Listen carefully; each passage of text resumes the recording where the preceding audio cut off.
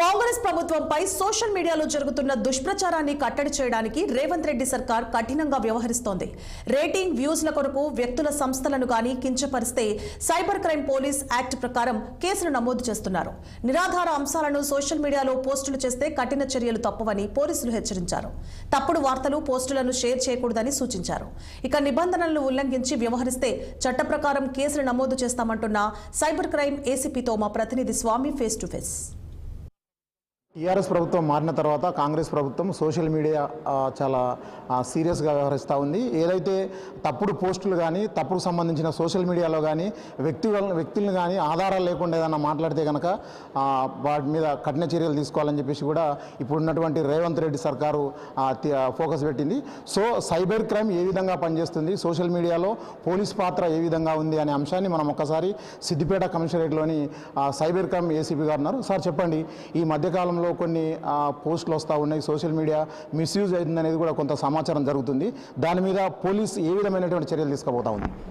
ఇప్పుడు social media ఎక్కువ అయింది కాబట్టి ఈ విద్వేషకర పోస్టులు కానీ లేకపోతే తప్పుడు పోస్టులు కానీ పెట్టేసి సర్క్యులేట్ చేస్తూ ఉన్నారు. ఇదంతా పబ్లిక్ వెళ్ళిపోయి దీని యొక్క ఇంపాక్ట్ నెగిటివ్గా ఎక్కువ ఉంటుంది. దాని మీద ఎవరైతే ఈ తప్పుడు పోస్టులు పెట్టినారో వాళ్ళ యూఆర్ఎల్స్ ఉంటే తీసుకొని మేము వాళ్ళ మీద కేసు చేసి ఇన్వెస్టిగేట్ చేస్తున్నాము.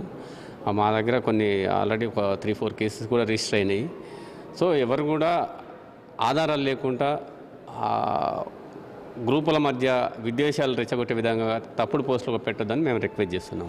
ఈ మధ్యకాలంలో కొన్ని చోట్ల యూట్యూబ్ ఛానళ్ళలో కావచ్చు వేరే రకంగా వ్యక్తులను కానీ సంస్థలను కానీ ఆధారాలు లేకుండా కొంత ప్రశ్నించడము లేకపోతే వారి మీద వేరే విమర్శలు చేయడము జరుగుతూ ఉంది. వాటి మీద మీరు ఏ విధమైన చర్యలు తీసుకోబోతా ఉన్నారు?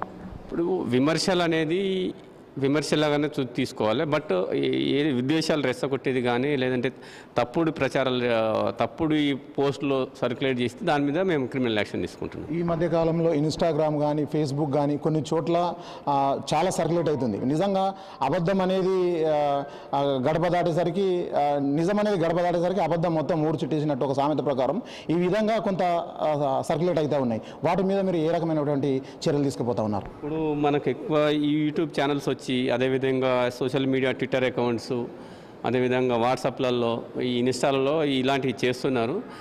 ఏ హ్యాండిల్ యూజ్ చేసినా వెదర్ ట్విట్టర్ ఆర్ ఇన్స్టా లేదంటే యూట్యూబ్ ఛానల్ అయినా సరే ఇలాంటివి చేస్తే వాళ్ళ మీద కేసులు చేస్తాం. గత ప్రభుత్వం మారిన తర్వాత ఈ ప్రభుత్వం సోషల్ మీడియాలో చాలా కఠినంగా వ్యవహరించబోతూ ఉంది. ఏదైనా కూడా ఆధారాలు ఉంటే మాట్లాడాలి, లేకపోతే దానికి సంబంధించినటువంటి ఎవిడెన్స్ ఉంటేనే మాట్లాడాలి.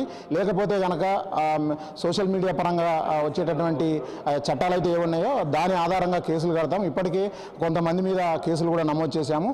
చాలా కఠినంగా వ్యవహరించబోతామని చెప్తా ఉన్నారు. ఇది సిద్దిపేట జిల్లా నుంచి తాజా పరిస్థితి. కెమెరా పర్సన్ వెంకట్తో స్వామి 6 టీవీ సిద్దిపేట.